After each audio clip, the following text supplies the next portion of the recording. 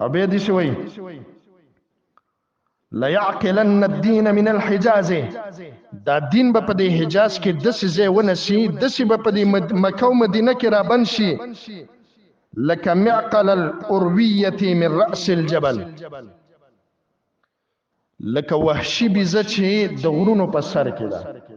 وحشي بیزه پیژنې که نه؟ چې کله هغې کې وحشت پیدا شي چې د انسان دا شکل مینې د هغه ځای نه تښتي که نه تښتي.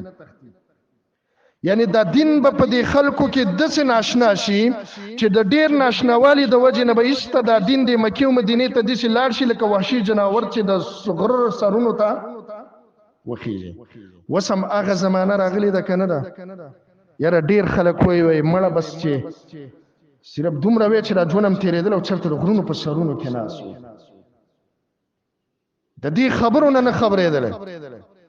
دا کم حالت ته پاتې شو. والله العظیم که زما او ستا لږ ایمان یې لږ په دې دنیا باندې او په دې ملکونو باندې ته لږ سوچ وکړه، سبا دی او ماښام دی، جګړه ده او تاوان دی، او یو ولي بل ولي، یو په یو فتوی لګوي بل په بل فتوی لګوي، هغه حالت روان دی. والله العظیم چې ډېر خلکو پکې خپل ایمانونه وبایلل. او د الله رسول ویلي دی صلی الله علیه وسلم د دې آیات لاندې تزول قدما من بعد ثبوتها، د دې یوه معنی واوره. یو خو دا چې زنکدن په خلکو راشي نو ډېر خلک به د ایمان نه لاړ شي، بل دا تزل قدم، ډېر قدمونه به وخوځېږي، وروسته د دې نه چې کلمه به مې ویلې ځان به د کلمې دعویدار هم ګڼي، خو فتنو کې به راوښویږي، بس ایمان او د هر څه نه به څه شي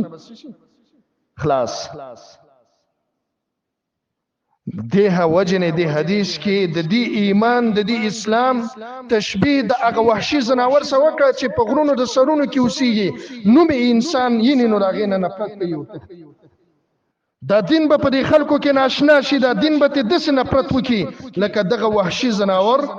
چې د غرونو په سرونو کې. الله دې موږ د دغه زمانې نه وساتي. او چې دغه زمانه راځي، امام بخاری چې کله د خلکو رئیسار کو نه پرېښودلو، د اختر شپه ده، الله تعالی سوچت کوي الله که زما ایمان درته قبولي او زما نه رضای نو دا دنیا والا ما نور په ارام نه پرېږدي، بس خپل طرف ته مې دروغ وایه. الله ولا مرګ مور کو په شپه د اختر باندې. د دې دنیا د ژوند نه د ایمان مرګ ښه دی که نه دی؟ ډېر ښه دی. په دې دنیاګۍ به څه وکړي؟ زما او ستا عزتونه لاړه تار تار شو، زما او ستا خویندې وشرمېدلې، حیا عزتونه یې وله کله په تروړو پسې خراب کړه، کله یې وله په زنداباد مربداباد پسې د هغوی د عزتونو پامالې وشو. والله العظیم زه نه د چا رور یم، نه زه د چا پلار یم، نه په پارټو کې نه په سیاستونو کې. انما المؤمنون اخوه، زمونږ او ستاسو مسلماني د رورولي د ایمان ده. د ایمان په تله کې ورته دا نصیحت کوم، د دې زنداباد او مرداباد نه ځان وساتئ، د دې تاویل او ماویلو نه ځان وساتئ، د دې نبي د سنتو سره مینه شروع کړئ چې الله هم قدرمن کړي، الله هم عزتمن کړي، الله هم د دې فتنو نه وساتي. که نه ده زما بیان دی ستاسو غوږونو ته درلی، ستاسو ژوند دی، ستاسو مرګ دی، ستاسو قبر دی، ستاسو محشر دی، او د هر انسان الله ته ودرېدل دی. دې حدیث کې بیا وروسته جمله کې دا ویلي ان الدین ان الاسلام بدأ غریبا، د اسلام ناشنا راوتی دی چې کله رالی په ناشنا په خلکو لګېدو، او د الله رسول وایي ان قریب دا دین به بیرته څه شي، دا به ناشنا شي. او د الله رسول ویلي ښه خلک پکې دالی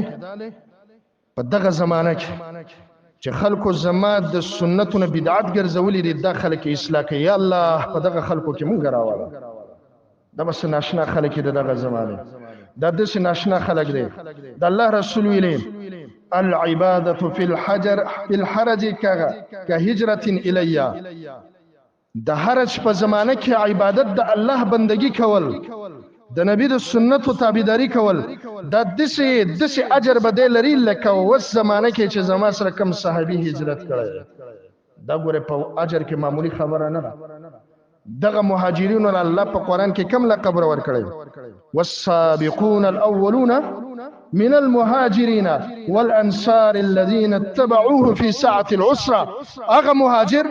او د اغه مهاجرون الله اغه انصار له فضیلت ورکو چې چا د دې مهاجرینو خدمت کړي الله وې د دوی لپاره جنت ته الله وې د دوی لپاره مغفرت ته او د الله رسول له اخیره زمانه کې به زما بعضی د امتیانی چې هر زمانه به پیراش او دی به پدې کې د عبادت کې دا به د عبادت د دوی لکه زما چې زما سره هجرت دا صحابه تاسو کو عمل حرج یا رسول الله د الله رسول د هر څه شری وي القتل والقتال چې قتل او قتال په ایمان و سیوا ده کنه ری په هر ځای کې قتل روان دي کنه ماشومان قتلي سپینګری قتلېږي څوک په یو لاره څوک په بل لاره څوک په یو طریقه څوک په بل طریقه خو چې ته د سحر نه راپاسې د ماښامه پورې خبرېږي نیمه دنیا تلي په دې زمانه کې عبادت کول تاسو ایمان غواړئ د الله نه کنه غواړئ د الله عبادت ته ځان متوجه دی واحد حل دی بس د نبی د سنت سره مینه محبت شروع